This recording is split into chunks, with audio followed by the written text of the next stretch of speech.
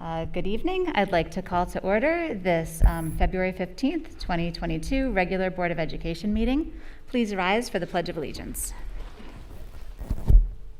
I pledge allegiance to the flag of the United States of America and to the republic for which it stands, one nation, under God, indivisible, with liberty and justice for all.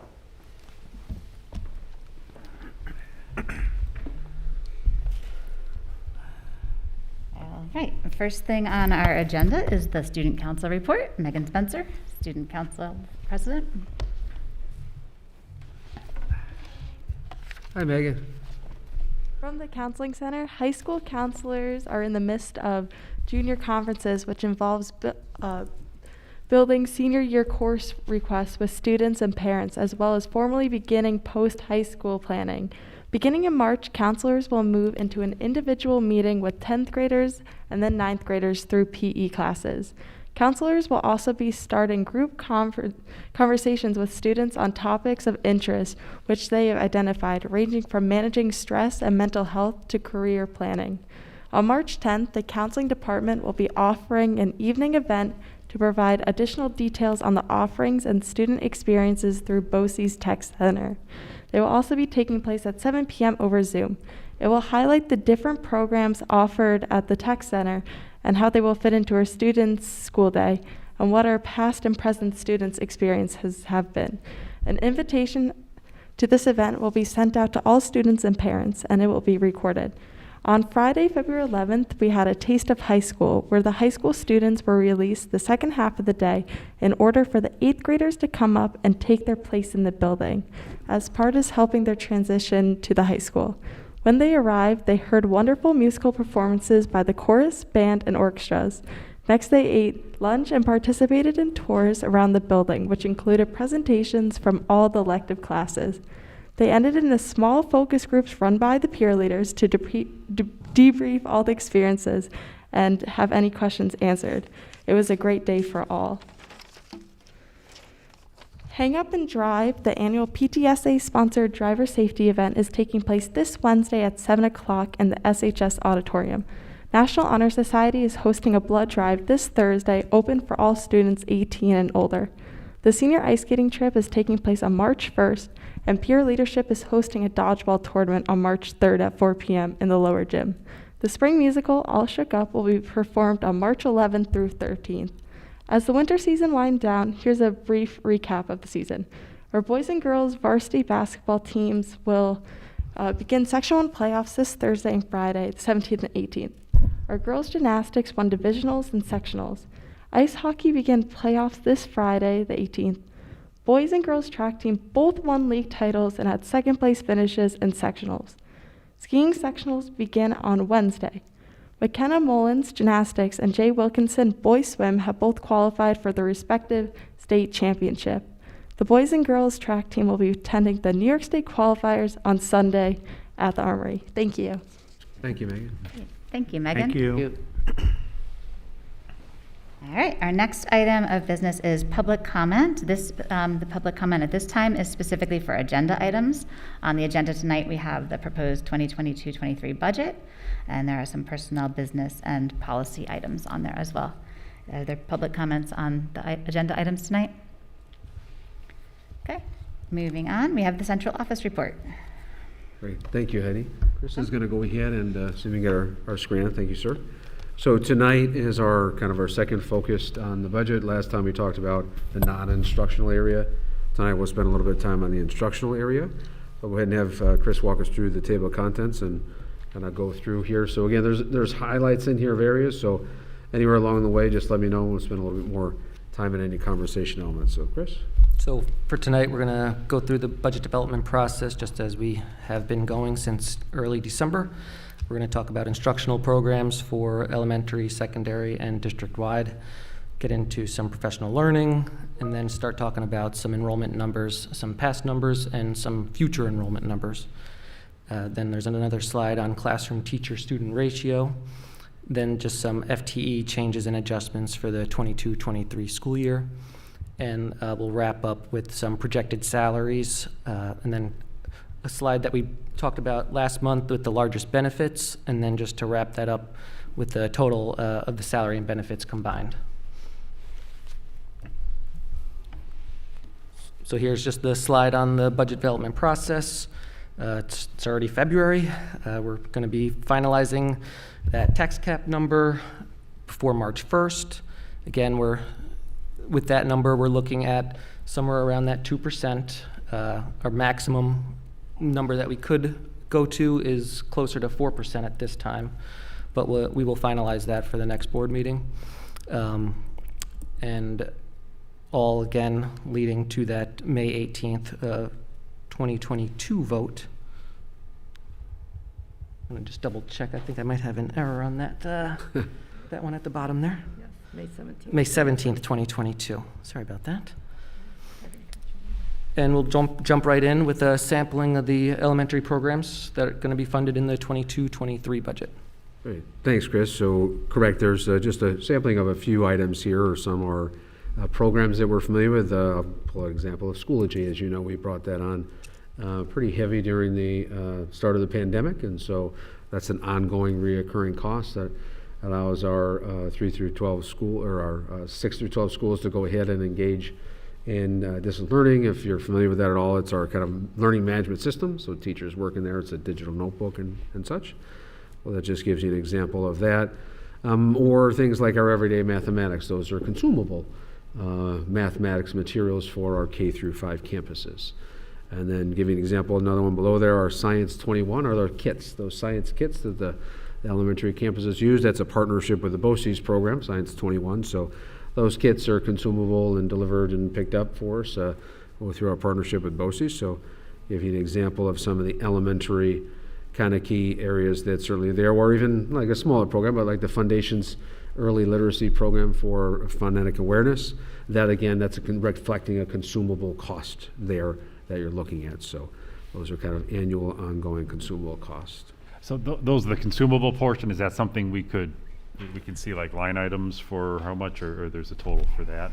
Certainly, and that's the part where it's, I was trying to identify these as consumable areas. So like Science 21, that's a consumable, the 30K that's on the spread, on the sheet there. But then every teacher delivers it, so it's kind of the costs are in there. So that's what I've tried to lay out in there for areas like that. Or the IXL mathematics is a new assessment piece the K-5 team is using. So that 15K is the annual cost for the 1,000 or so kids roughly to get access to that program. And the vast majority is still People. the personnel. Yes. The yes. teachers. Yep.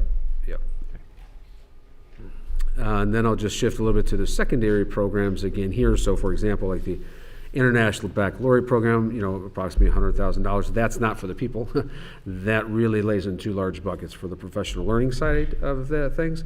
And then also some materials or consumables in there, but the lion's share of that is for the professional development there. Or you look at things like our B.O.E program. So you may be familiar with our B.O.E Tech Center. So that cost, last year was approximately $625,000 for that program. Depending upon the year, you have 60-ish or so students that are involved in that program. They have different experiences at the tech centers. Most of the time they're spending half of the day academically with Somers High School. The other half of the day they're spending for the kind of career tech center area. They might be involved in programs like the culinary program, where students will go for the culinary program. They have a nursing program, highly competitive, challenging to get into the program, well regarded. We have, I think this year, 7 students in that program, so they're in that program, working that through. And so there's different trade programs that students are in as well too. So that's typically a junior and senior year experience. Again, half day with us, half day with the B.O.E.s. Okay, that was my question. So when they're in these trade programs, half a day here, half a day there? That is the most typical experience. There's a few of those that they are there a little bit longer, but it's more typical that they're with us for the full part. And so that cost is basically the tuition for Correct. the students that are participating? Approximately $11,000 for a session that the students would be in there for each student. Okay, so roughly, I'm not doing the math, how many students About 60 roughly we or send so. a year? Okay. Yeah. Give or great. take, and the way they do it, just the way the B.O.E.s does it, over a 3-year average is what they charge you, because kids come and go. Sometimes they go late, they come early, so they just take a 3-year average, and that's what you're budgeting on from year to year. So it's like, how much per student do we? Approximately $11,000. Yeah. Right, okay. And so like when you look at the IB, so that $100,000, but where some of the programs, like on the earlier page, were just for like kindergarten, first grade, or Correct. or more things. This one that cost is covering 6th grade through 12th grade Right, for the professional development and materials that you would need and that kind of thing. Yeah, the heavy lift on there is the professional Most of the learning. training, right? Yes. And again, that's very different from as much as just understanding the working of the program, as much as it is about the instructional practices. So when we're looking at specific training on differentiation in your classrooms, specific training on how to create an inquiry-based classroom where students are driving the learning, assessments, how to really create good, strong, authentic assessments, variety of so those are the trainings that you're basically sharpening your saw as an instructor. You're not, oh, here's this specific curriculum, as much as it is, here's the kind of pedagogical approaches that we're looking at. So that's really a very different experience. But things like the big ideas, so that has some materials in there. That's a new program through 6th grade through algebra just for mathematics. That includes a little bit of professional learning in there as well too. So anything like that, that's a new piece. So let's put out there. There's always training a little heavier up front, and then we'll be looking at some materials coming more next year. So with IB, like the budget impact is more right now because we're still just starting the program. The middle years is just starting, so you're training everybody in those grade, everybody that's involved in those grade levels. And once everybody's trained, does that decrease a little bit? I know there's ongoing training with that. And the way you described is ongoing pieces. There's levels of training on level 1, level 2, level 3. Okay. And so it is continuing to get better at your instructional practices there. It also allows us access to what's called the Guild of IB Schools. So that's a kind of state area where we've had other schools come and visit us on certain program elements, and we go and visit others on different program elements. So we get a chance to, right in our area, go be a part of kind of think tanks with other school districts that are also involved in the National Baccalaureate program as well. So that speaks to, and then we, a little bit about Project Lead the Way. Again, we have 2 pathways, an engineering pathway as well as a biomedical pathway. Again, that's a little bit of training in there and a little bit of supplies in there. Certainly that uptick cost when we first started it was more. We had more training. And if we happen to have a new teacher take over in this area, or we need a refresh, then they'll end up going and that number will go up a little bit because we have new faculty and stuff. So. Right, so some of it changes as you Yes. have retirees and new staff onboarding. And I would imagine with a lot of these that require professional development, whatever they're learning for that particular program actually can carry over into their general teaching and practices, even in other classes. In particular, the IB program, because it is talking about your best instructional practices. Same with Project Lead the Way. How do you create hands-on, minds-on kind of science experiences for children? And then again, with the MYP and the diploma program, integrated classes, and how are you looking at those parts? So yes, those are able to go beyond that classroom. Okay. Perhaps in the high school, you may be teaching one diploma program class, but that really is taking over how you're teaching in all your classes. Okay. Yeah. And kind of the last piece I had on here is just really these are more organizational structures, so systems that you would have in place. So things like the responsive classroom. You may be familiar with that a little bit at the elementary school. So every teacher would start their classrooms out with a responsive classroom, responsive circle, creating those classroom community environments. And so that one, again, example before, when we started that, about 10 years ago, there was definitely an uptick in cost for training for everybody. Now we're more in a maintenance mode. So we'll have, every few years just a refresher. Then if we have new faculty on board, they'll go a little bit deeper into a new training. And so that gives you an idea, but that's K through 5, every single classroom, every single teacher that gets that. And then are things like the Academic Support Center at the high school. So that program of identifying when students perhaps are struggling in a content area, there's opportunity to access those areas just like academic intervention. So I'm struggling in algebra. Oh, okay, I need some additional time on that concept. We have the ability to have some faculty there who are math certified, can go and provide that specific assistance to those students. So these are, again, systems and structures that support students from an academic lens as well as from also a mental health. And you can see kind of like the youth mental health first aid. We've got a few of our faculty members who were trained as train-the-trainer models this year through the grant, the Drug-Free Community School grant that we received. And now they're keying that back to their colleagues at the high school to go ahead and be a part of that training as well. And then this piece here just speaks a little bit about what I was saying before, again, like the professional learning. That's a part of the 6th or 8th grade, again, as we expand it to 9th and 10th. And then if you look at even like the multi-tiered system of support, providing that tiered support in the classrooms, looking at how to use student learning information directly to change your instructional practices. Or even we had a training actually in this campus about a week ago about restorative practices. K through 12, we had teachers there, we had administrators there, we had teaching assistants there, talking once again about aligning directly back to our social emotional wellness, making sure our classrooms are a safe place, schools are a safe place. When we make missteps, how can we mend those relationships back with either the adults or the friends that we have? So it was a highly successful, well-received training for our teachers, and Karen Brill is the one who helped coordinate that and bring that to the district for that first kind of chance at that. So, if it's all right, I'll just go ahead and jump into the enrollment here. So quickly, I think you can see those bottom 3 lines are basically representing the Primrose, S.C.S.D, and the middle school. So you can see from a couple of years ago to the foreseeable next few years till 29 and 30, they're relatively going to stay in the same spot. So again, our 3 campuses approximately would be about 550 students in each one of those schools in the coming years. A few more, a few less, but in general, that's what those numbers are looking like for those 3 campuses. So in essence, Primrose has reached basically, I would say, its floor of where it is.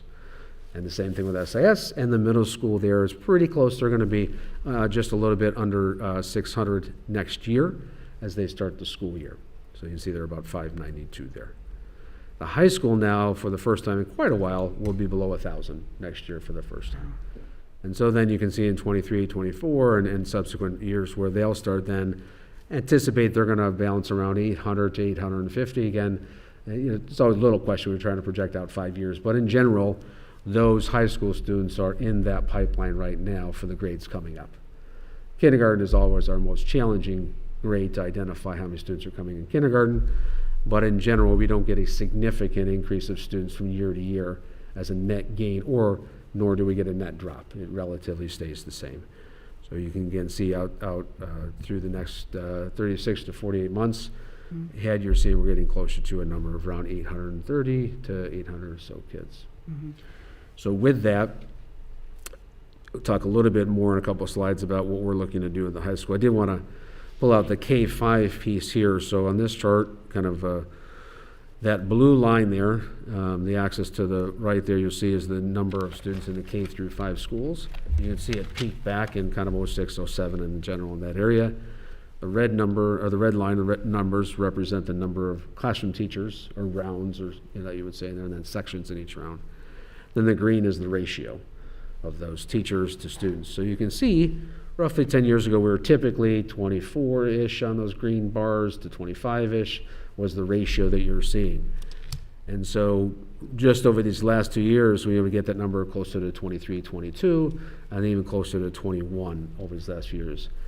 It does not sound like perhaps a large difference, but a classroom of 25 versus a classroom of 21 is a pretty significant difference. And so the board making that commitment to getting those numbers down a little bit, with creating better relationships, better ratios there, and the opportunity for us to go ahead. We've been working significantly on our ability to teach all of our children in the same space.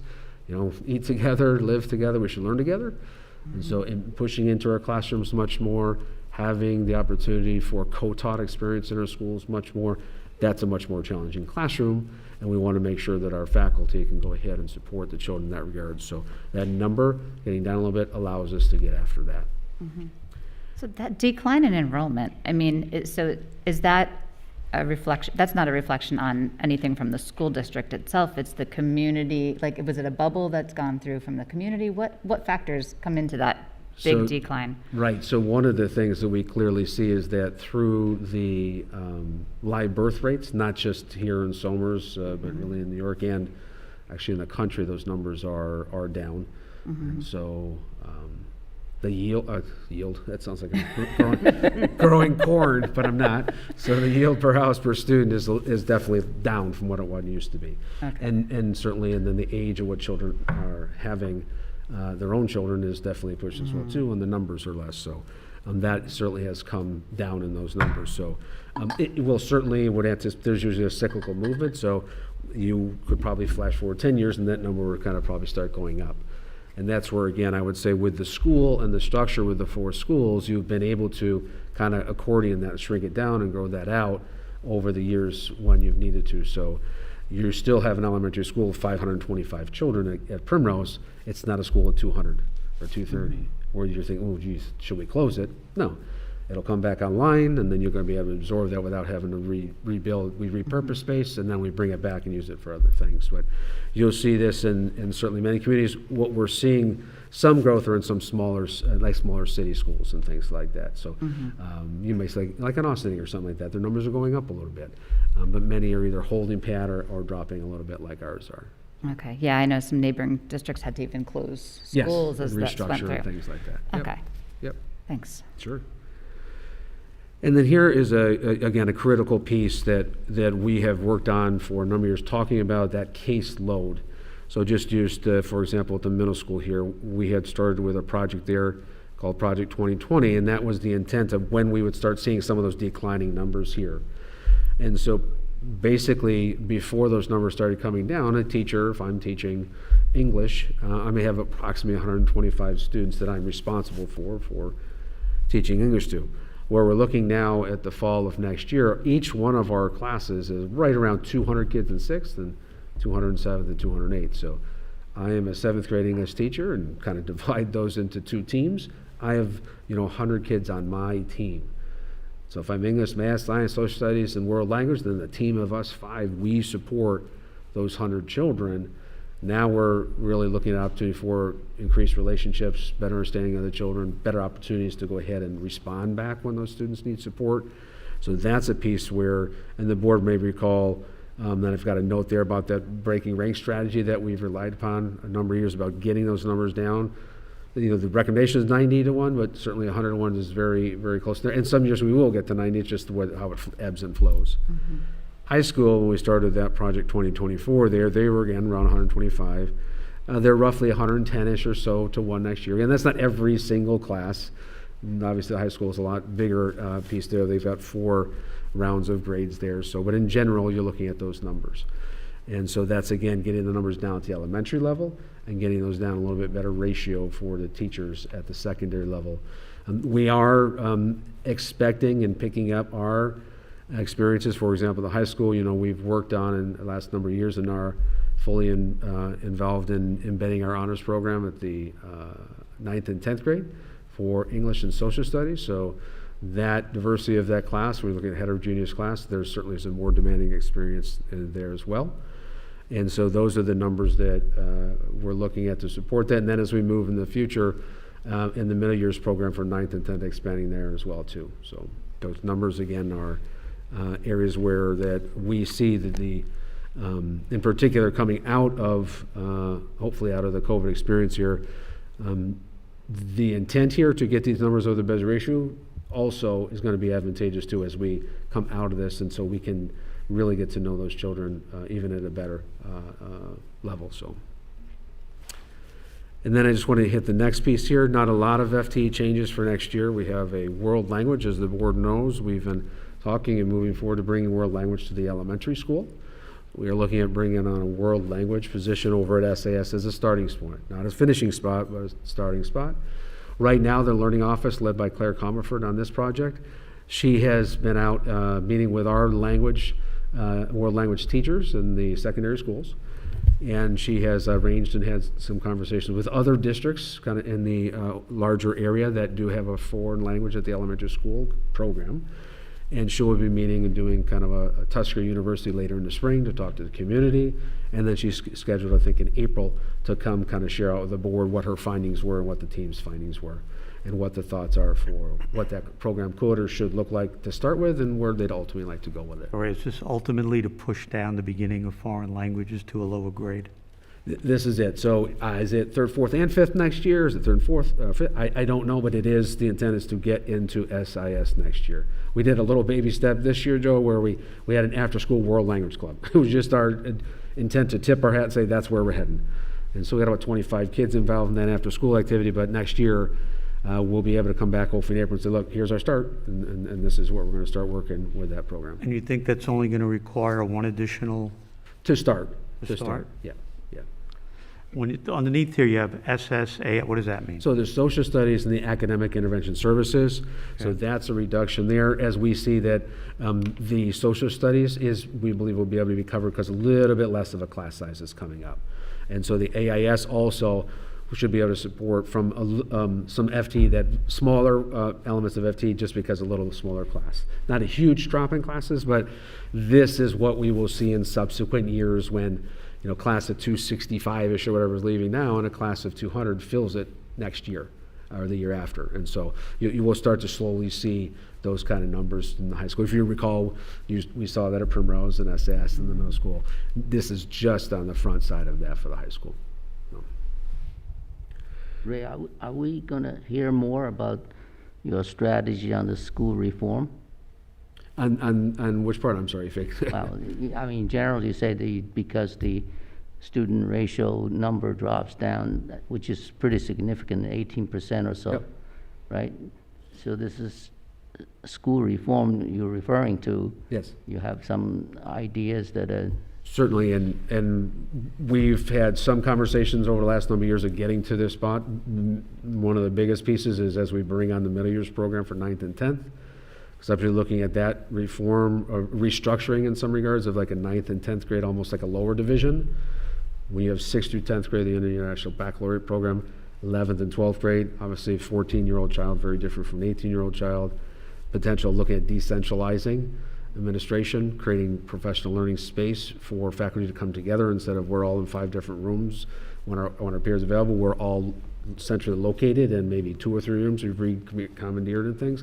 So yes, that restructuring is some things we've talked about, pieces we've been pulling research together. A key part of it is we just need a few more years to get that space to create, and then now we can start getting after some of those things where, again, a key end part is to be accessible and available to the children as much as possible, and that's part of that decentralizing piece about being out into where the classrooms are more than centralizing some of those things. So that's a key part inside of there as well. is it possible program like science research you could sort of enforce adding more support and resources? So similar, not exactly, the science research, is that research approach is where that as we look at the middle years program at the end of 10th grade, every single student has to do their own independent personalized research project. That is a requirement of the middle years program. So we are conceptually seeing that could be an opportunity for a student who's also in science research to use their science research and expand upon that a little bit, perhaps in 9th and 10th grade. Because we don't want to be over, the top of the students, but those kids who are already on that pathway, as they usually they sign up for 10th grade for that 3-year experience. And in 10th grade, then they could use that as hopefully a springboard to their remaining 2 years in the project, then also share out their personalized project. So that's some of the initial conversation about every student being involved in that research Yeah, piece. this is what I'm thinking about, is sort of almost leading to a compulsory type of program. Mm-hmm. Yeah. Yep, and in this campus in 8th grade next year, they'll be starting with their community project that is a requirement of the middle years program to finish 8th grade. It's their first year, so it'll be a start. And then as we grow into that, that'll be a part that we hope to invite the community in, have an opportunity for, a learning night to kind of have the students be able to show and demonstrate what they've learned through their 3 years in the middle school, and then subsequently we'll kind of repeat that as they finish up their 10th grade. So it's a very different way than historically, I would say, of shooting up some numbers on the board in a spreadsheet and how many or this or that percentage and things. It's going to be come, listen, learn, talk, be amazed at what the students are doing. And, certainly some of the other traditional marks we've had as well too. But it is going to be a marketed difference of demonstration of student learning. And the kids are going to talk to us about it. They're going to tell us about it. And I know you've been at the science research, and many board members have too, and you go and you listen and you talk to the students, and it's pretty evident to hear how are they with their research and their communication skills, their writing skills, and the mathematics and the science skills. So you have to be a part of that conversation to really get a sense of it. So more of that's come for more of our children. Good, thank you. Absolutely. And also, I just wanted to ask too, Ray, with this plateau of our declining enrollment, our plan is still to have the great richness and diversity of all of our programs, the rigor, the extra support. We're not losing any of that through the declining enrollment. Correct. Correct? Yeah, and that is a piece that I would say is kind of, seems a little counterintuitive, but almost when you're down, invest in that. So, well, geez, why do world language right now at the elementary schools? Well, frankly, now is a really good time for us to do that. Start with an FTE. Then if when the high school gets a little smaller, kind of back to Joe's point, we might be able to swing an FTE from the high school over to the elementary to support an extension of that program. We know one's not going to be enough to finish, but at least get it started. And then we get smaller here, swing that FTE over there. And then even what I mentioned before about the embedded honors program, we've seen a significant increase in number of students who actually go for the honors experience, and then those who actually get that on their credit report card. The piece inside there, it also removes singletons. Where before you have to say, look, you have to take that class 3rd and 5th period, otherwise I can't offer it to you. Well, versus an honors English class, you can take it any period. And social studies English class, take your period. Even if we're not doing that for every content area, having those two in there are big ones. And so that helps that experience out. Allows us to add things like the project lead, the way that we spoke before. Many students are very interested in the biomedical field or the medical field. And so we see that being a very, very popular course. And we've been able to add that. And even next year, because of the embedded experience, we also do what's called a humanities course. So we would teach English and social studies together at the same time. That has been very, very highly sought after. And we were limited with the sections. We're adding another section of that next year. And so that we hope to expand that so more parents can be involved in that with their kids. So yeah, it's not about shrinking those pieces. And we do some co-sat classes too. So like you have an IB class that might sit with an AP class. And even as we've talked, we do have students every year who challenge the AP exam because they can always do that. Even if we don't offer the AP course, they can challenge the AP exam. So there's opportunities in there as well. Okay. Yep. Ray, just something that I hear frequently. People say, the enrollment is going down. The population of the district is going down. Why my taxes keep going up? So that's the next slide. Yeah.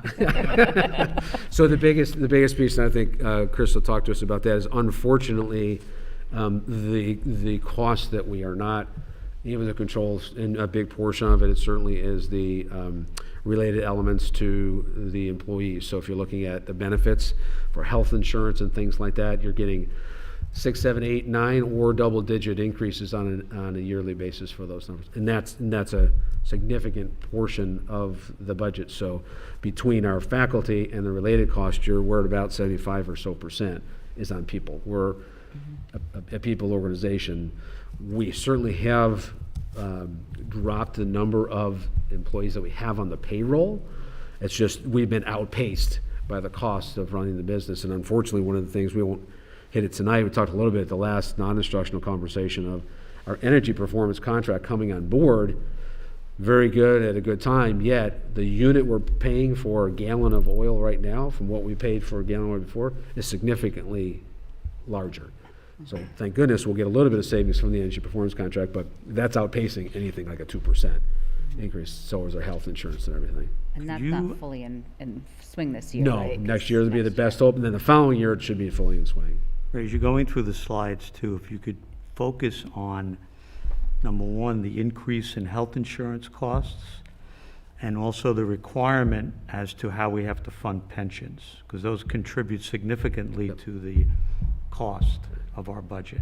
Absolutely. And we'll hit this now, and I know when we bring the combined piece back, we'll have even a few more slides around that. So I'll hand the projected salaries over to you, Chris. Yeah, and even on the next slide, we talk about some of the larger benefits. Again, we kind of brought that back. So as Dr. Blanche mentioned, we are a people organization here. So one of the largest expenses here is salaries. So we broke it down just between general education salaries, special education, and then all others, again, totaling over $50 million. In the general education salaries, we're talking about teachers, teaching assistants, teacher aides, monitors.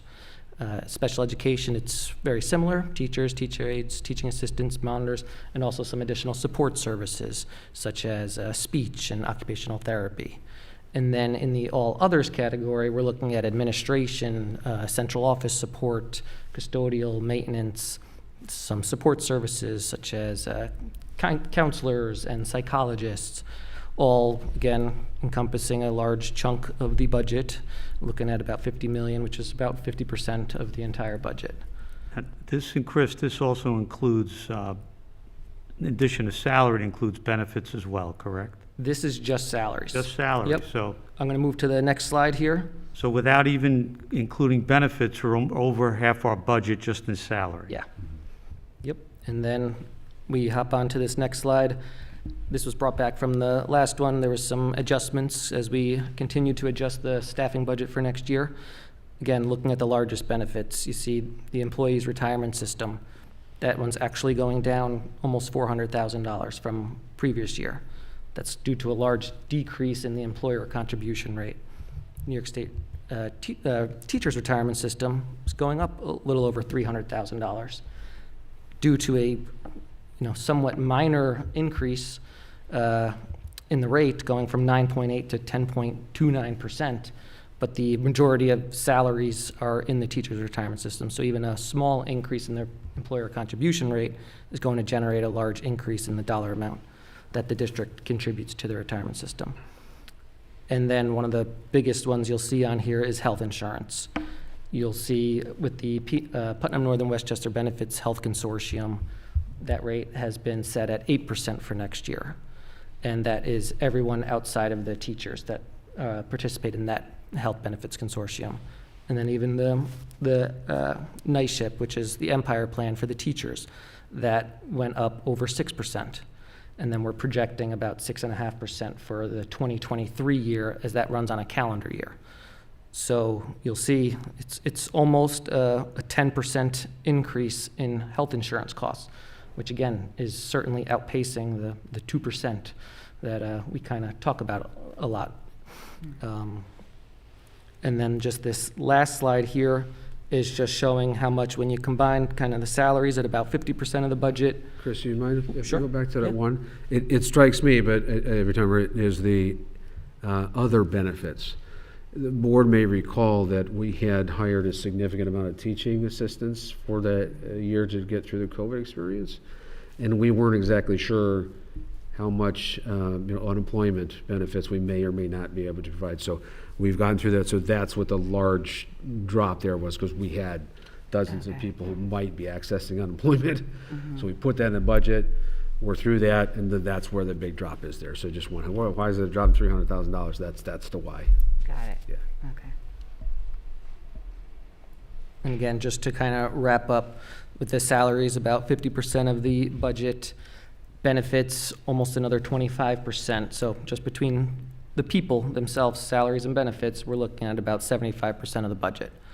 And then all other costs, such as our utilities, debt service, BOCES expenses, all those others total up somewhere around 25-26% of the entire budget. Transportation's in there too, correct? Chris? Transportation is in other, large portion of that as well, yes.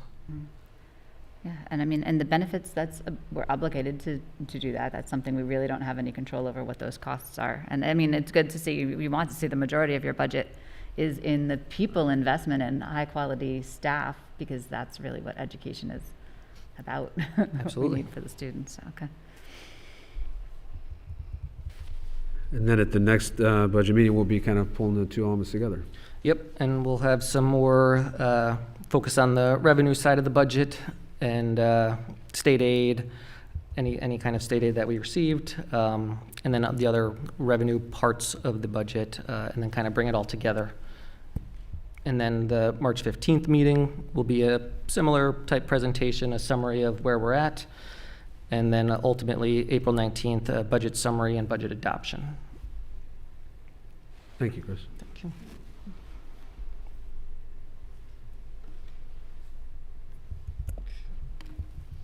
All right, does anybody have any questions before we move on? We're all good? All right.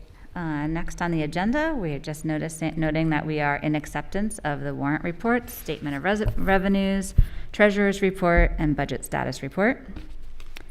Then we have the approval of meeting minutes. Be it resolved that the Board of Education, having received copies of the minutes of the meeting of January 8th, 2022, hereby approves the same. So So moved. moved. Second. All in favor? Aye. Opposed? Abstained? Okay, and then on board action, we have the personnel consent agenda. Be it resolved that the Board of Education, upon recommendation of the superintendent of schools, hereby approves the attached personnel agenda. So So moved. moved. Second. All in favor? Aye. Aye. Opposed? Abstained? All right, then the CSE, CPSE recommendations. Be it resolved that the Board of Education, having received copies of recommendations of the meetings as listed on the attached memo, hereby approves the same. So moved. Second. All in favor? Aye. Aye. Aye. Opposed? Abstained? Just, Ray, if you wouldn't mind, if you have people in the audience, just explain what this is. Because a lot of people don't get this, the CSE, CPSE agenda. Right, so these would be the preschool agenda for special education element that's on here, and so these are, as Stacy's here tonight too, that this is the time of the year that these are annual reviews that come through each year, and they have to kind of basically be approved at the board level, even though they're run through the CSE meetings and things like that. But this is the time of the year, those annual reviews, so the list gets longer right now, so. So in other words, people, children with IEPs, their programs have to be recertified annual on an basis. annual Yep. basis, and that's what this is. Yep, or there may be an amendment to something along the way that happens, and those can happen anytime through the year, and they do, or there's a review of the program, so constantly the team is doing this throughout the year, but it's this time of the year that they really start doing those mandatory annual reviews, or there could be some initial eligibility if a student presents itself, and the team has been working with staff and the family to say, oh, look, we're going to go and initially identify if this student the determination for access to services. So it's a ongoing, ever moving target, and I think Stacy can agree to that one. So, Yeah, that was a good question, Joe, because that's what the public doesn't see, is that ahead of time, the Board of Ed actually sees a list of every CSE meeting or CPSE meeting that takes place, not the student's name, but just says that there was a meeting and what the recommendations for placement were, so that the board can review that, and that's what we're adopting here. We know where students are placed and what services they're receiving, And not by student name, but what's being given. What percentage of our student body currently has an individual education plan, which requires special services? every year it floats between 16 to 17% approximately. Thank you. And again, those services can go from relatively basic support services to much more intensive services on that continuum of services. Thank you. Sure. Okay, next item is the business consent agenda. Be it resolved that the Board of Education, upon recommendation of the superintendent of schools, hereby approves the attached business agenda. So moved. Second. Does anybody have any I have a discussion before we question. vote on this one? Yeah, I have a quick question on it. The health services fee, can you explain that? So with Kennedy Catholic being in the Somers Central School District boundaries, we charge a fee to other districts that send their kids to Kennedy Catholic, as we provide services as well. Like, we have a nurse that's full-time at Kennedy Catholic, and we provide other services if necessary. So we calculate the cost, and then the board has to annually approve that cost, and then we send out invoices to those districts based on the number of students that they have enrolled at Kennedy. Got it. Okay. All right, so that's all of Kennedy. So all Kennedy has 100 students. That's the $1,200 per. It'll be $1,200 per student, whoever. Student that resides in In Somers. Kennedy, not Nope, so that much. a student that resides in, In our district. let's say, a neighboring district, but is going to Kennedy. We then bill that district the cost for that student attending Kennedy. Right. So it's any student attending Kennedy that is not a Somers student. Correct. Yep. Okay, because They don't have the so same- we actually hire and provide the nurse that's Yep. there. Is And that a we get- state requirement? That's a state requirement to Yep, do that? and we get billed from other districts for kids that live in the Somers Central School District but attend other private schools. Got it. Okay. Because Kennedy doesn't have the services that we were able to provide for the children at their school.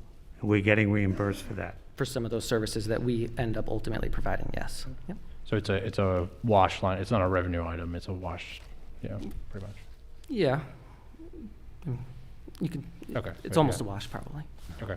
I mean, ultimately, we're responsible to provide that service Correct. for the residents in our school district, even if they're going to a different private school, and that's why we're providing We're the providing nursing services there. for the resident, for anyone that's attending a school Yeah. in our boundaries. Right.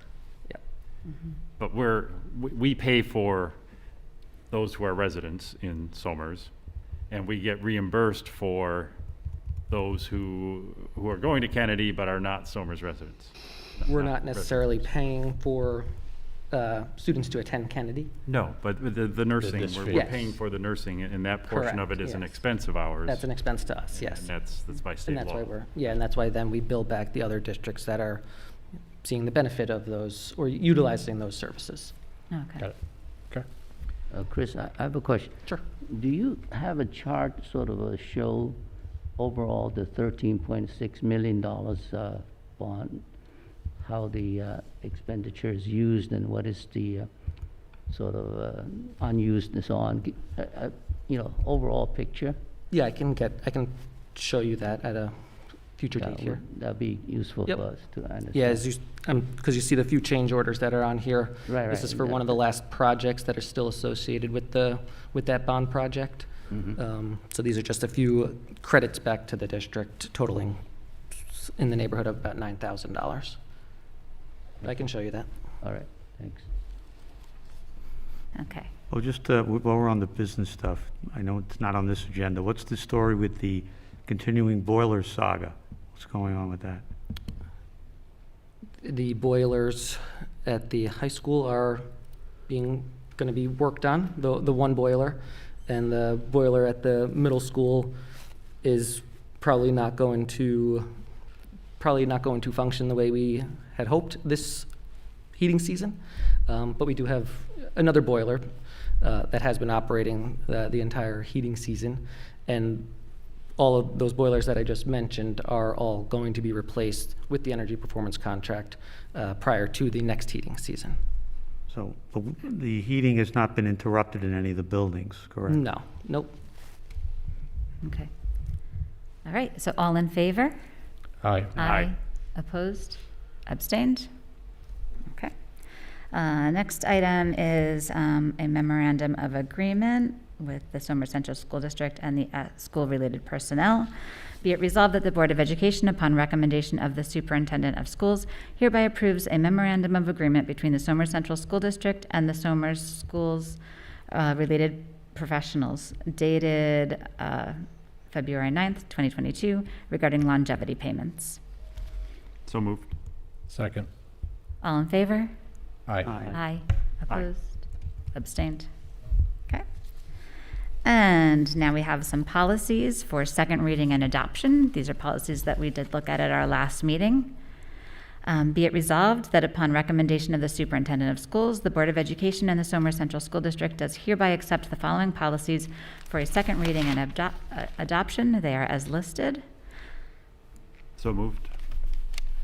Question?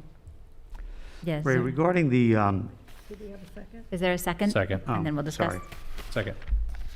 Okay. Regarding the timeout and physical restraint policy, which is a new policy, I'm assuming that's been mandated by the state, correct? For the most With part? this one, it's recommended if that's the piece that you're using to put that policy in place, correct? Have we had issues where we've had to physically restrain students? Has that been an issue? I wouldn't, when I hear issue, it's been problematic. No, there are situations for the safety of that child and the adults that, yes, we've done that, and actually Stacy Elconin now has gotten to be able to be trained to train our staff internally on how to do that appropriately. So certainly there are times there, but it is for the safety of everyone there. So it's not a problematic piece. It's a reality of schools.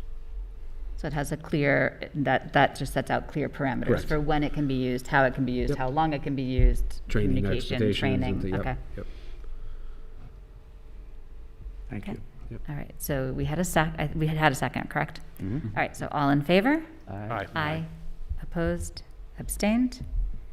All right, and then we have some policies for first reading. Be it resolved that upon the recommendation of the superintendent of schools, the Board of Education of the Somer Central School District does hereby accept the following new policies for first reading. They are as listed. So moved. Second. Second. And then before we want it voted, some discussion on these. I don't know if anybody else has any questions. I had one question on the first policy there. Let me pull it up. The drug and alcohol abuse revised policy. It goes through, earlier on, it lists alcohol and a bunch of different substances. And then down below, it has a paragraph that just says, it says, any staff member observing narcotics possession or usage by students shall report the incident immediately to the superintendent of schools or his or her designee. So I was curious why it only was narcotics that was listed there. Would it not be any staff member observing any person using any of those listed things on campus that would be reported? I'm not sure if it was an oversight in looking at it or some, I or think there's I particular. sent a note to Nancy on that, so that just repeat one portion to cover everything, rather than just the drugs. So what we can do is bring it back to the Let's just bring it next back and- policy Yeah. subcommittee meeting and Yeah. then bring it back to the board? Yeah, I Right. know we had talked about the A few different spots, consistency yep. of that through it, but, and where some of the, Yeah. how that list was determined of which ones are specified. Just to be more Okay, so it's more not a inclusive. difference of a special response for narcotics, but it's Yeah, just. more I inclusive. don't Move believe the- so, but move the list. why don't we go back and look at it and Yeah. Dr. Blanch, you can have the right people look at that. Yep, and I think part of this is the original policy was from 93 and then 2013, so at 10 years old. So there was Yeah. some alignment the subcommittee was trying to do, so I think that's certainly another piece we can bring back and see how we can align that for sure. Right, Yeah. yeah, because I can see in the revisions, Yep. even the substances it's changed. Changed, Yep, yeah. Yeah. I think we dealt that, it was, Okay, so we still consider this a first reading of the Absolutely. policy, Oh, yeah. correct? Yep. Okay. Just with those changes before it comes back for second and adoption. And I had a question on the student safety one too. I didn't know, when it talks about filing an accident report, I think it was, for every accident, an accident report must be completed and filed. Does that include notifying a parent or guardian? Is that part of the process for the accident report? Or are parents and guardians notified anytime there's any kind of an accident? I didn't know if that was a part of it.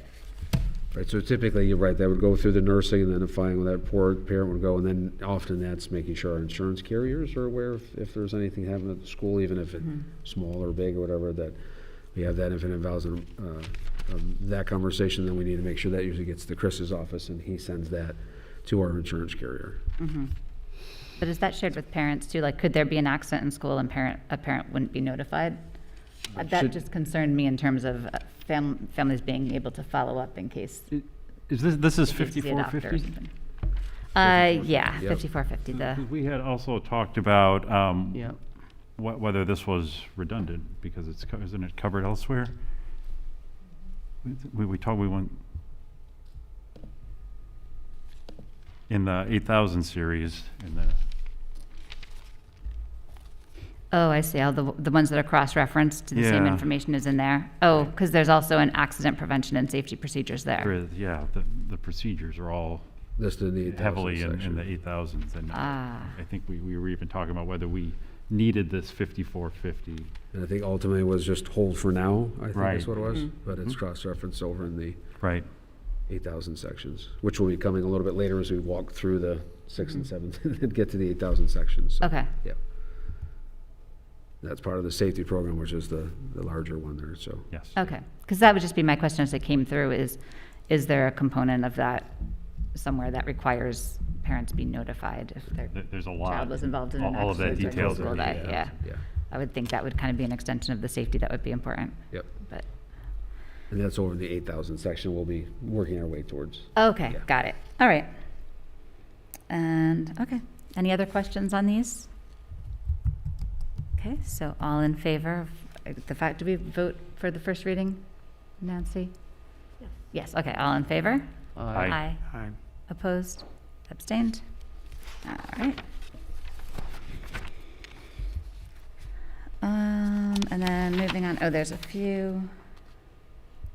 Okay, and then that we had some policies listed that are being removed. So we had the section C that were reviewed, just adding a new date. So we know Okay, so we don't have to vote for those, No though, that was changes. just putting Well, we on vote there. because we Just we're basically saying that, yes, we agree this is still the correct policy. We can put a new keep date on the, it. we just keep the policy. Okay, so I make a No, motion. no for- changes to it, but we put a new date on it, so we do have to vote to accept it. Right? Okay. Yep. So be it resolved that upon recommendation of the Superintendent of Schools, Board of Ed of the Somer Central School District does hereby accept these reviews and eliminate revisions to policy 5450 and 5450.1. So moved. So, Second. Yeah. Wait, No, oh, wait, was I in the wrong spot? Wrong numbers, yeah. Oh, okay, sorry, okay. Oh, there's more there, okay. 5500, 5500E3, 5500E4, and 5500E5.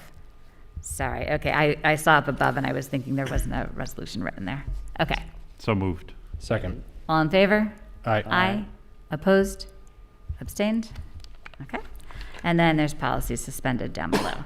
Be it resolved that upon recommendation of the Superintendent of Schools, the Board of Ed hereby accepts the following policies for suspension: 5161 and 5451-E. so moved. So moved. Second. All in favor? Aye. Aye. Opposed? Abstained? Okay. This brings us then to the public comment portion of our meeting for general school topics. We will now hear public comment for up to 30 minutes. No district employee or student may be commented on or identified by name or situation. We request each individual to conduct themselves in a civil manner and speak for no more than 3 minutes. Questions asked by the public will be referred to the appropriate staff member for reply at a later date and time. Please provide your contact information on the sign-in sheet to allow for follow-up if necessary. And please sign your full name on the sheet provided. Identify yourself to the board when you get to the podium. Identify whether or not you are a resident of the Somer Central School District, any organization that you might be representing, and the topic you wish to discuss. And any written statements should be given to the district clerk for inclusion in the records of the meeting. If you have public comment, you can approach the podium.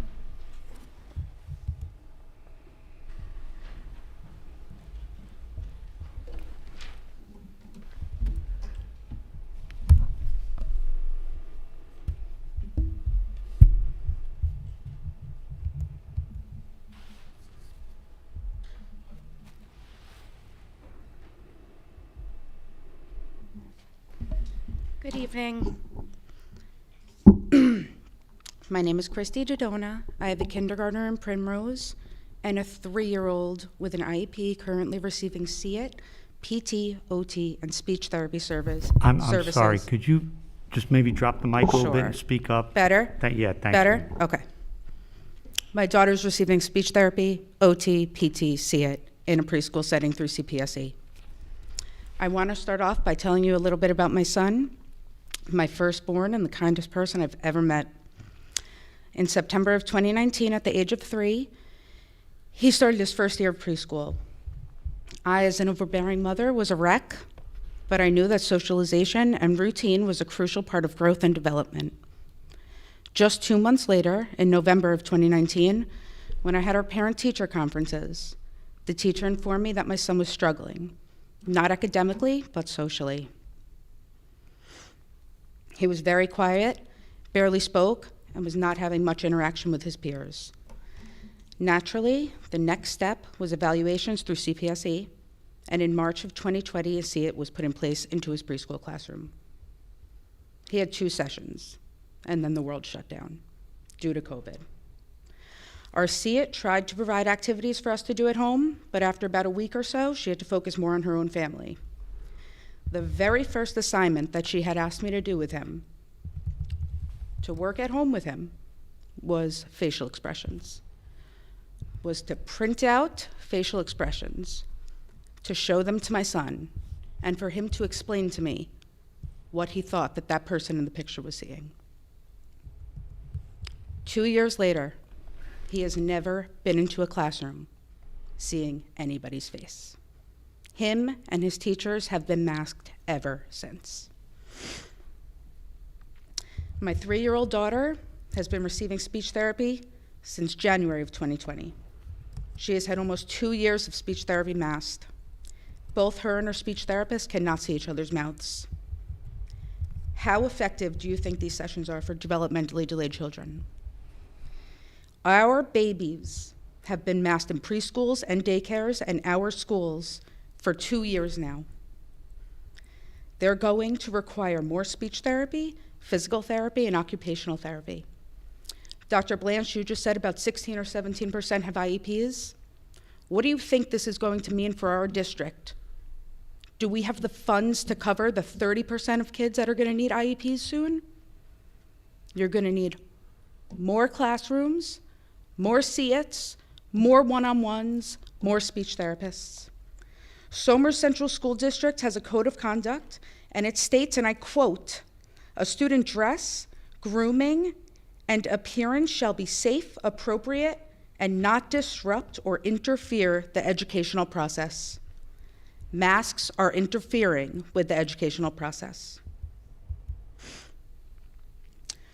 What we need is a Board of Ed who's going to stand up for our kids.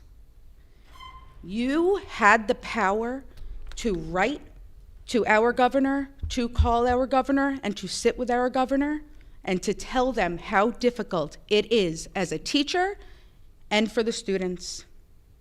If mask mandates were based on science, children would have never been masked in the first place. Okay, just, you're getting close to 4 minutes, so if you can Okay, start thank wrapping you. it up. I and then appreciate we'll it. address. Sure.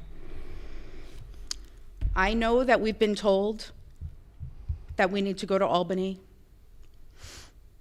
We have done everything we can, and we all know that change starts on a local level, and you are our local level, and we are counting on you. And if you, as our Board of Education, are not willing to stand up for our kids, we are ready and we are willing to take your seats on this board. Thank you for your time. Thank you.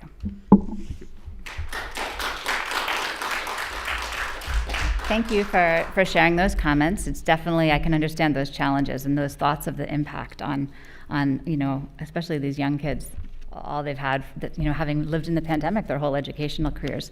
There will be some comments, I think, about some advocacy work that has been done by members of the school district staff and board later on in the public comments, in our board comments, just so you know.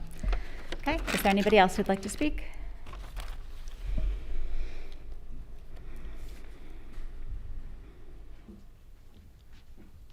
Good evening. Excuse me.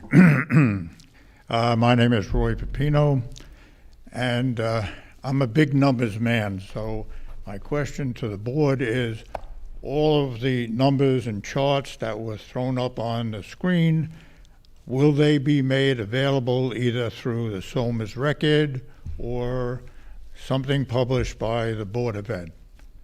Are those numbers available, in hard copy?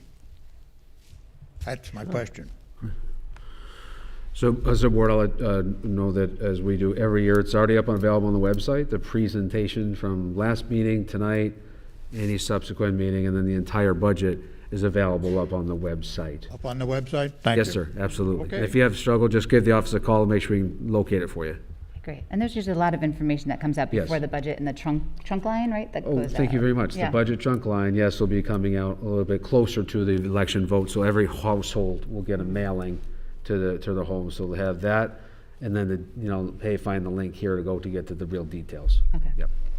Thank you for mentioning that. Okay. Are there any other public comments?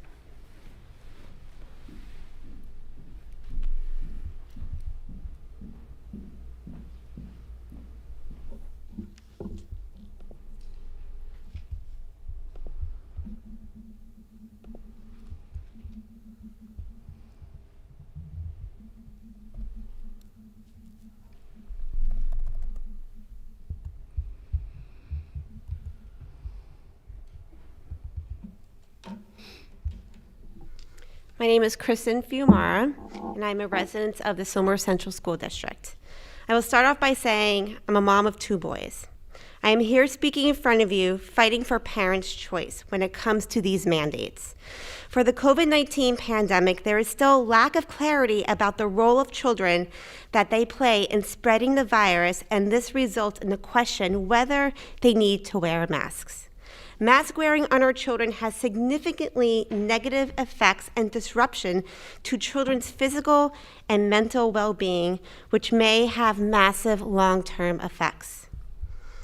Mask wearing for 6+ hours, depending if your child goes to an after-school program, can lead to increased rebreathing and accumulation of carbon dioxide, which can be harmful. Mental illnesses such as anxiety and depression that a lot of our parents here are feeling with their kids. Lack of empathy. Years of regression of speech and social skills. Seeing people speak is a building block for phonetic development, which is especially important for children with disabilities, such as hearing impaired. Physical and medical issues such as chronic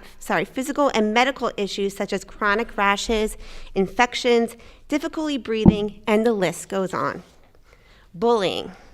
We have seen amongst our mothers here, a huge increase in bullying within our school district regarding mask wearing among students that are physically and mentally abused for wanting to have a mask breaks for reasons stated above. Currently, there are 22 states that recently or will be lifting their mask mandates, including New Jersey and Connecticut. There are countries that have dropped requirements in classroom face coverings, such as the UK. Neither children nor their teachers are advised to wear a mask in the schools. Our children are suffering from negative effects of masking. My youngest is speech delayed and receives services from the state. Since Hochul's mandate on the masks, my 4-year-old, his speech has declined, and he is in and out of doctor's offices and had to get surgery to insert tubes in his ears for chronic ear infections, and it's affecting his speech. Now, mind you, prior to the mask mandate, my son was in school during the peak of COVID, with no mask on and was never sick. In regards to speech therapy, how is a child able to learn how to speak correctly when a teacher and a therapist's mouths are covered in a mask? How can he read their lips? How can he understand them correctly without being muffled? How can he pronounce the words correctly with a mask covering his mouth? He has not improved since the mandates. I am also tired of hearing the Board of Ed state that it is out of their hands when the district level receives almost $500,000 to comply. You have the option to speak up, but you rather collect the money and abuse our children. Local schools, such as Tuckahoe School District, spoke up to the governor in a letter stating science-based adjustments to masking requirements in school. They believe mask mandates impose a cost on our children, including negative impact on communication, learning, and social emotional well-being. The elimination of choice is unacceptable. The stripping of basic human rights, choice, and freedom has brought together both parties and everyone in between. Us Silmar's parents and moms here will not stand up for this.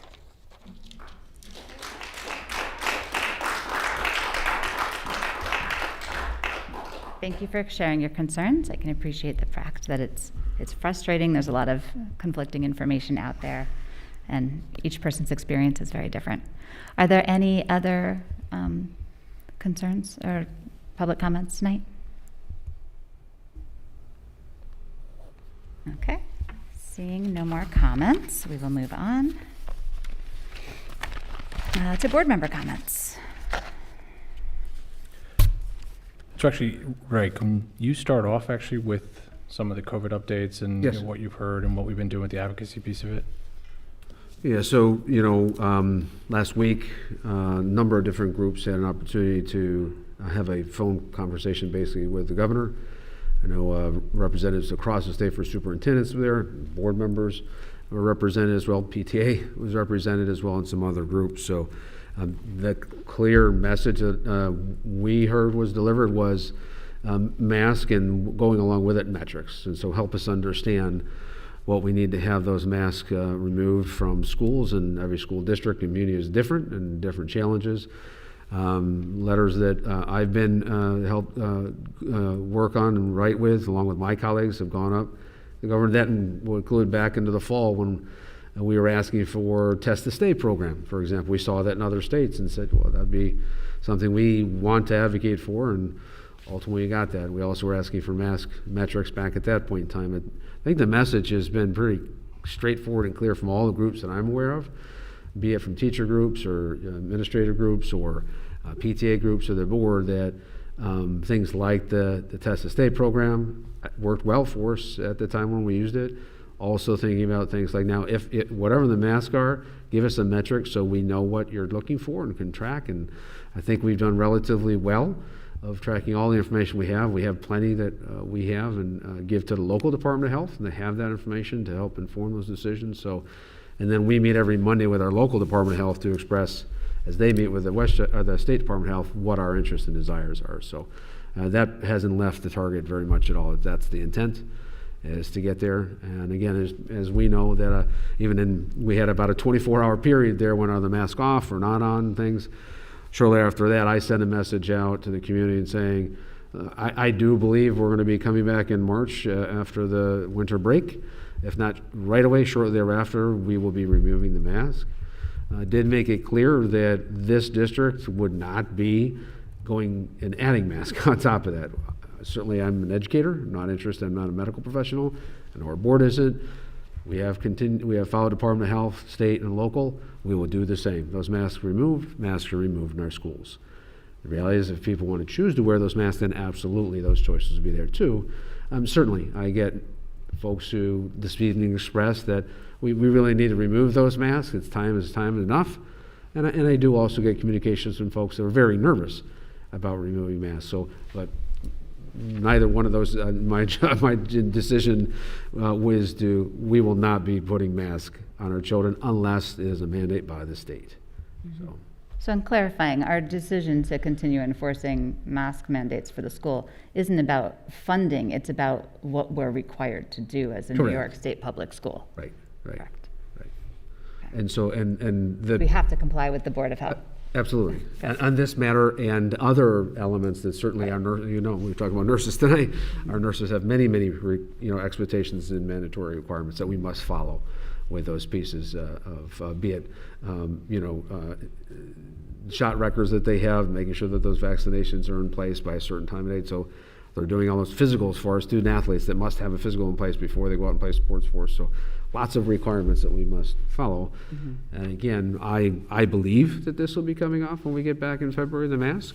Mm-hmm. And not interested in putting mask as a mandate from the superintendent's office, and I know from the board's table either. No, we're not interested in making that local decision to put those on top. Right. I don't know if the governor even give that as a choice, but I'm not interested. Right, because at this point we have to take it the same way we would vaccine, like the regular vaccine requirements or physical requirements and all that stuff. Yeah. Okay. Did I answer that? Yeah, no, you did. Okay. Thank you. Thanks, that helps with some of the clarity. Okay. I want to comment. I heard from, I think it was Matt mentioned that our cases or measurement or testing, that for the first time showing now that we have none of the incidences. Is that true? So as far as our numbers from COVID from the beginning of the year, as we know, we had an uptick in the fall a little bit. That came down, and then the Omicron virus that really picked up. Until last week, we were down to single digits in each one of our schools right now. And my personal opinion, Ray's personal opinion is, I think we're going, if we tested everything, you're going to have single digits of this, as well as the flu, as well as strep and those things. And so we're back down to those single digits. Our staff are back in full force and have been for a few weeks. And so, again, if we tested for all those things, you're going to have something. And so I hope they ask those numbers from the district. We can demonstrate very clearly, here's the level that we're talking about. And I can't imagine that the metric would be set above of where we're at right now that would say, good, you can remove your mask. Even if we do get a metric, if we don't, then that's a little easier. So, Yeah. But those numbers are definitely back down to where we were back in the fall when we started school. That's good. Yeah. Yeah, I mean, I'll start some of the board comments because it's been a rough 2 years. It's been hard, and there's a new situation, and the information that we get keeps changing, and what's required keeps changing. And absolutely, some of the information that we've gotten for schools, it's hard to understand the evidence and where it's coming from. And there's different sources. You can always find something to support whatever your view or your opinion is. You can search out there and you can find masks are safe. You can search and find masks are not safe. You can anything you want. You can find that information to back it up. But bottom line is, as a school district, there's the things that we have to require. So one of the things that I had shared with the board, I hope everybody had seen it. I think it came out from Westchester Putnam School Board Association. So everybody should have received it in their email. And if you didn't, I shared it out again. And that was, they had put together some advocacy letters specifically about this. So the one that we as individual board members or as a board, we could put it together. I can't send it out from the whole board unless the board all agrees with that. But the one that one thing that I'm personally advocating for is that it reads this. We call on the governor and health professionals at the New York State Department of Health to provide school districts with updated COVID protocols determined by publicly available metrics and based on epidemiological studies of the COVID-19 virus. School COVID protocols around masking, social distancing, isolation, quarantine, athletics, performing arts, and transportation should be clear, based on scientific metrics, determined by health professionals, and consistently applied to all districts. Communicating these metrics to schools and parent communities will ensure that student health and safety is at a forefront as we look to adjust health protocols in our school buildings. Because if we're going to be told, yes, masks are required, no, masks aren't, there should be a reason for why. We don't know what's going to happen next. We've watched COVID basically almost go away and then come back with a vengeance. So if they can establish those metrics of whether it's a vaccination rate, whether it's based on how many cases you have in your schools, so that if your school's down to single digits the way we are now, is that what makes masks optional? What is that going to be? And I think really needing those metrics, because even if they just come out and say, okay, masks are optional now, what's to prevent? There needs to be some criteria. So that's the point of advocacy that I'm looking for. I think, based on most metrics that they would look at, we should be at that point. I think that's what's happened in many states where masks will be able to be optional. And it sounds like there's going to be an announcement coming in March. So I think right after the break, we're hopefully moving in the right direction. So I don't know, as a board, this information can be shared out. If anybody wants to email us for a copy of this letter to be able to send yourselves, it can be shared with the community also. So that piece was there. And there was also another piece about advocating for mental health funding. One of the things that's happened with the state, Ray could probably elaborate too, is they've made money available for mental health funding and programs for the schools, but as a competitive grant program, so schools have to basically compete with grant proposals to access the money. And what we're saying is that the mental health needs of students right now are so significant that money should be available to all schools. It shouldn't be a competitive process. So that's the other advocacy point, that there are letters we can each send as individual board members, or as a board and community members can as well. So if we can have discussion if anybody's interested in sharing that out, but that was just what I wanted to be able to share myself with the community right now, my board comment. Well, I can make public, I endorse your letter. Okay, so you would be interested in sending it as a board? Or you can send your own, either way. And obviously, different board members may have different metrics too, so that's just where I'm at. Anybody else with board comments tonight? Well, I'd like to say a couple of words. I think these issues we certainly have to deal with, but hopefully they are temporary, not permanent type of problems.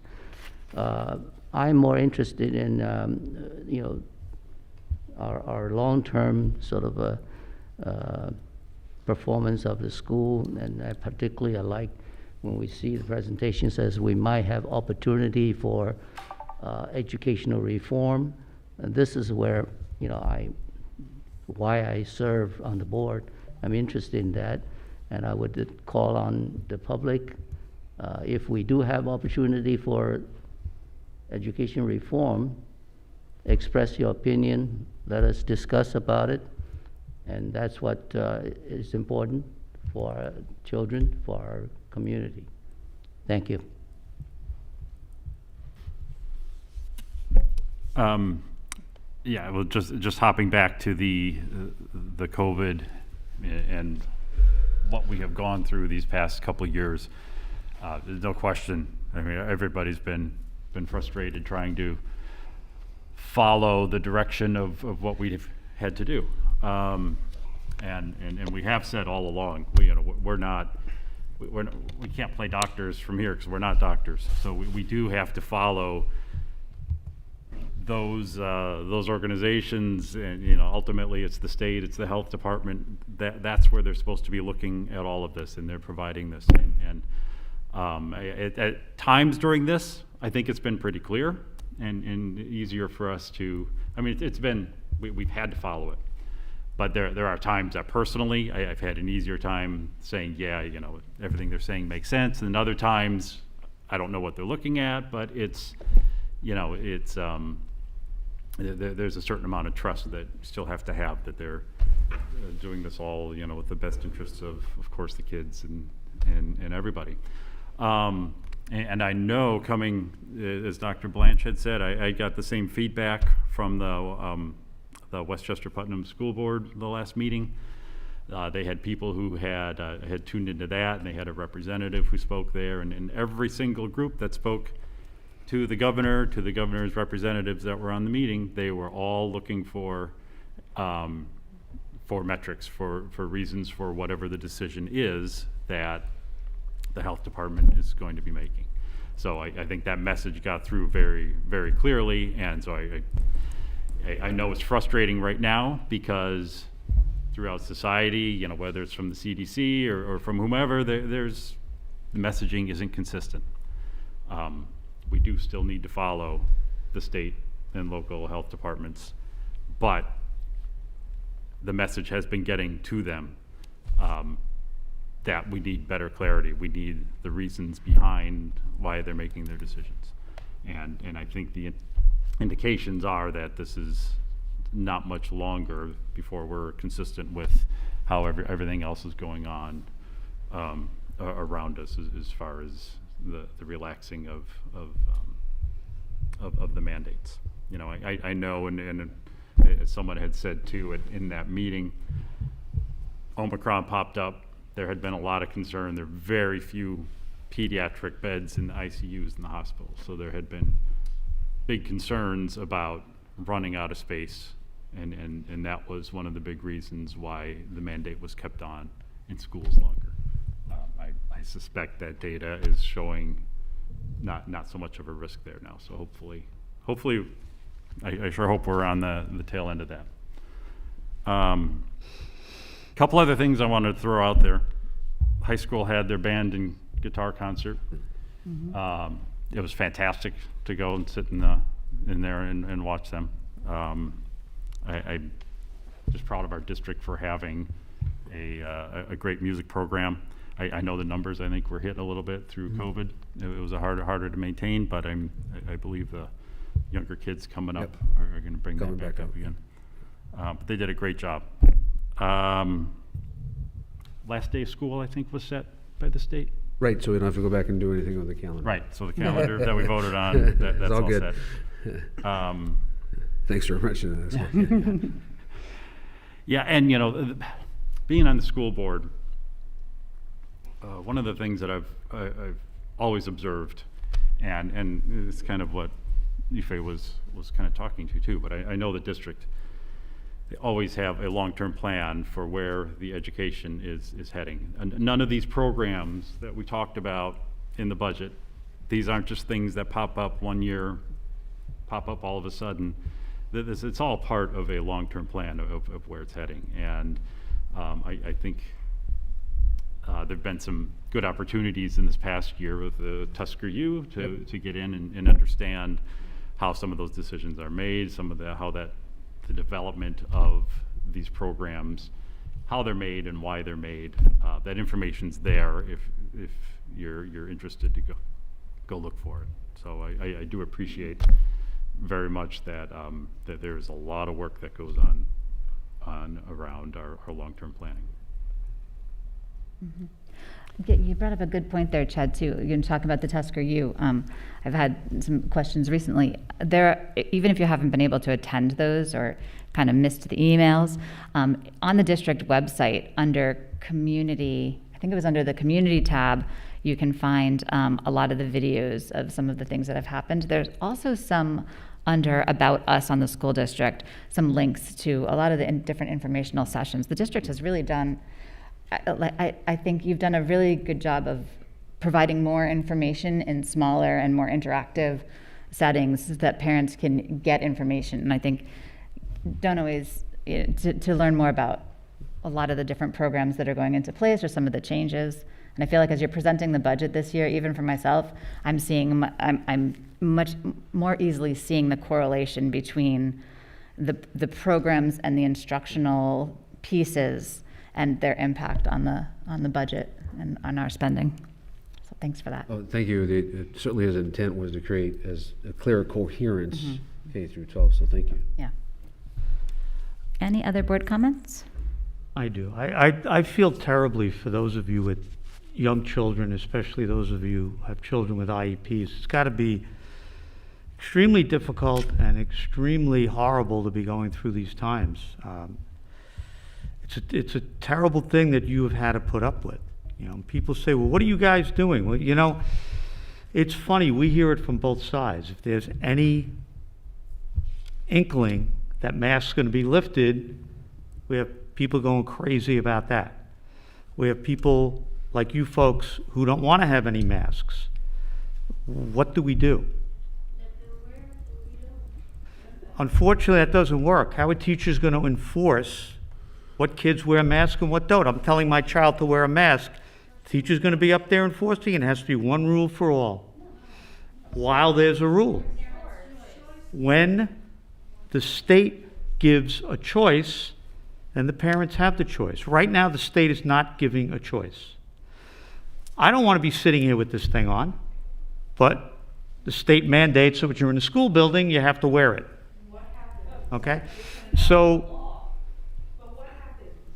well, this, you know, I'm just commenting, all right? This is not supposed to be an interaction. I'll talk to anybody later, I don't care.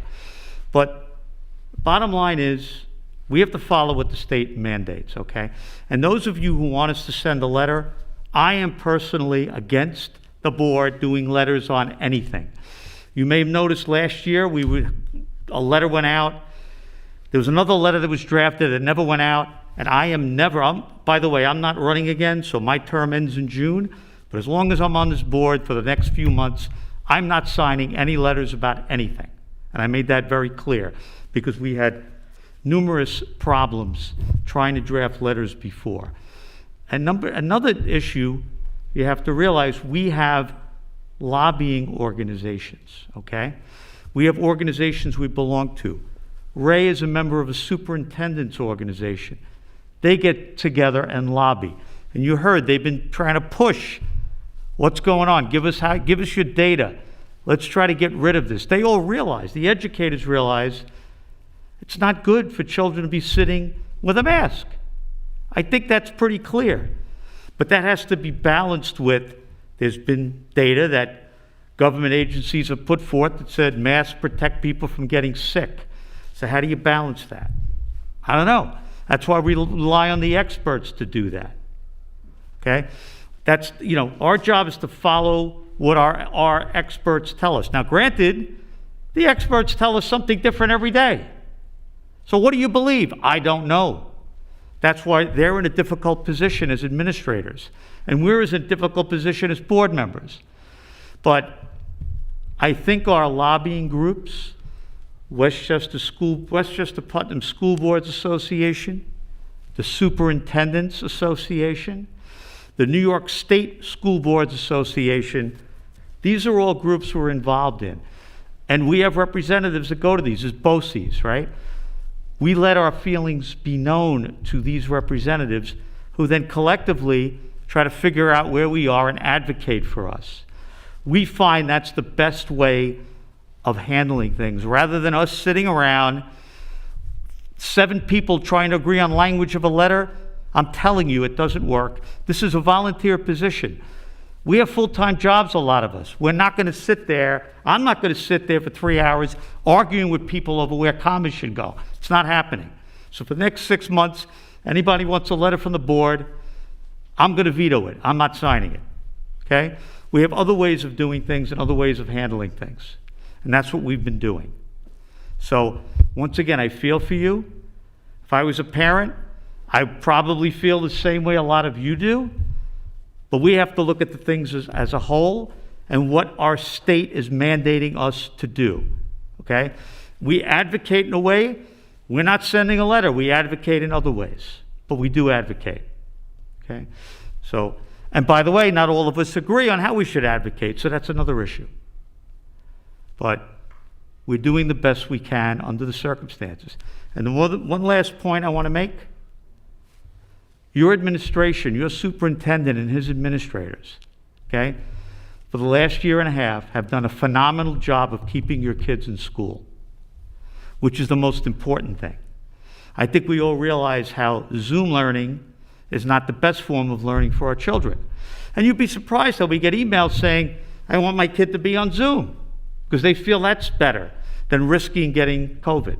Or they feel their children learn better on Zoom. So why isn't that an option? So we get it from all sides. But all I have to say is our administration has done a great job the last year and a half making sure your children are here every day, okay?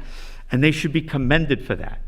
And when we get through this, which hopefully won't be much longer, we can all take off our masks and put this chapter in our lives behind us.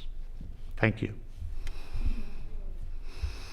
All right. Nick, any comments? After Joe, not much to follow up on that. But no, I mean, I agree with the sentiment on it. You know, this is extremely frustrating for, I think, all of us. And the lack of guidance or any kind of feedback from the governor has been frustrating, and I think that's what we've all been asking for.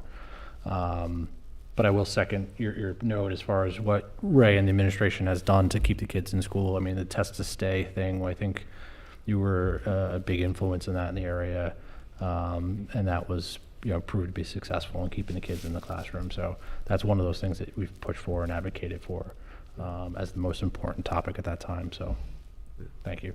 Thanks. Thanks, Dave. All right. Oh, and nice work on the budget, Chris. Yeah, nice job. Yeah. Thanks. I guess I'll just take us out, or? Sure, yeah, it just, if anybody sure. had wanted the link for the letters advocating for metrics or mental health funding, if you just email the Board of Ed email address, the B.O.E. members, I can send that to you. Today was, I'll get off the COVID thing for a Yes. second.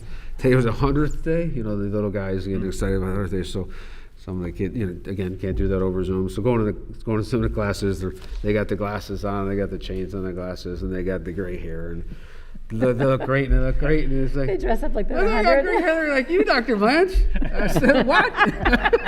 I said, I'm going to talk to your mom. No, but it was great. The kids had a great time on the 100th day, and you know, it's a really it's one of those things that we couldn't do before. So it was great seeing the kids back in the schools doing that. So again, we've got our families are off on winter break next week. So, but right after that, we'll be coming back with a combined budget and bringing these things together. Did want to note also working with our PTA and getting some feedback from that group. I think it's March 10th that Phil Kavanaugh and the team there are hosting another kind of information night on the BOCES program. Oh, great. Just so, you know, it's usually included into the overarching high school experience, but we're going to kind of break that apart so those folks who are interested in specifically in the program can kind of go to the event or watch the recording up on the website too. So we're looking forward to sharing that information out. And then the last thing, just kind of swinging back where before, when these go away, we hope we get at least a few days, because every individual is going to react very differently to this. Couldn't wait to get it off. Others are going to be nervous, because some of our folks spoke today that, you know, some of our kids have been in school and this is all they've known and they've heard and they've been afraid, they've been part of it. So we want to make sure our mental health team is there to support you know, our children as this goes forward, and it's a continuum. We want to share our faculty and staff who are there. Again, we got faculty and staff who at some levels are probably more comfortable because they know the children they're working with are, you know, a lot of kids have vaccinations. Some other kids can't even access a vaccination. So we want to make sure we can support our teachers and our faculty and our employees. So when these come off, we hope we just get a little chance to say, look, we're here to listen and support in what ways we can do, because I don't know exactly what we're going to get. Certainly, this is going to be a lot of jubilation by many, many people, but there will be, some concerns and some apprehensions by others. We want to make sure that we're there to support. So, and then I think just in closing, the Bills are going to be back next year. I just want to make it clear. They're going to be back in the Super Bowl next year. So my brother sent me a picture of, they were Wegmans store outside of Buffalo, so they were selling cookie sheets of, it should have been the Bills. So he sent me a piece of the cookies. I thought you meant you were sending me more bills on. So thank you, Board, for your support. Thank Yeah, you. you brought up a good point there, because some parents had mentioned even, their kids feeling bullied or pressured, about wearing a mask properly. And that is a good point, that when it goes optional, sort of both ways, there may have to be that conversation. Absolutely. With parents with their kids and with teachers with Yes. the kids, because some children will still wear yeah. masks Some and faculty, some won't. yep. And it needs to be understood by the kids that it's okay either way. Yes. It's fine for the ones that aren't, and it's fine for the ones that still want to. Yep. It's not a bad thing, and making sure that people can respect one another's choice and decision and what they need to do there. So hopefully everybody will be supportive Yes. of that when the time comes. All right, be it resolved that this regular meeting of the Board of Education is adjourned. So moved. Second. All in favor? Aye. Aye.